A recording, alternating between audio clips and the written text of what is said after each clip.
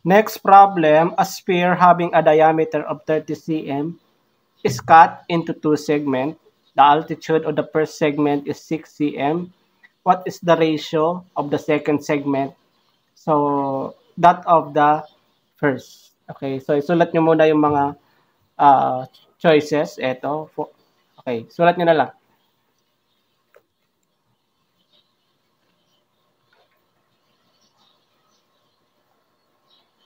So, meron tayong spherical segment. Okay, yan. Diyan ko na lang, no? Para mabasa nyo naman. Okay, meron tayong sphere cut into two segments. The first segment is 6 cm. So,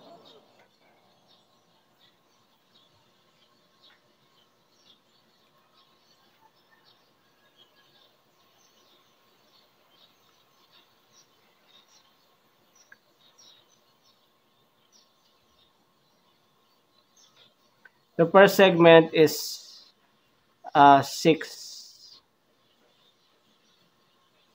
cm. Okay.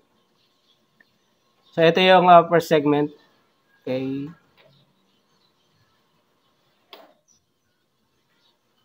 So, ngayon, ang diameter is 30 cm. Therefore,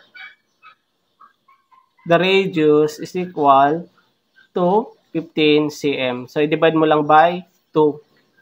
So, ngayon, ito dapat ito ay 24. 24 plus 6 equal doon sa diameter na 30. Okay? 24 plus 6 is equal to 30.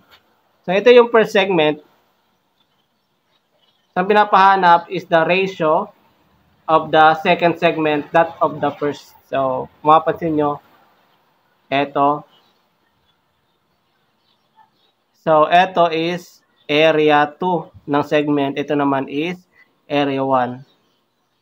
Bakit? Kasi mula dito sa option, yung 4:1, 3:1, 2:1, and 3:2. Nauna yung malaking area. So, therefore, ito yung area 2 yung malaking segment. Therefore, you can say area 2 over area 1. So, masolve mo to kapag alam niyo yung area ng segment. Area ng segment formulas is 2 pi r h. Okay, meron na tayong area 2. So, 2 pi radius 15. Height ng area 2 is 24, yung malaki. Then, area 1 is 2 pi times 15 over height na 64, yung maliit. 6 pala, 6. Okay, cancel, common siya, no? Equal, 24 divided 6 is 4. Diba? 6 times 4, 24. So, 4 over 1. Therefore, ang answer is 4:1. So, ang answer is letter A.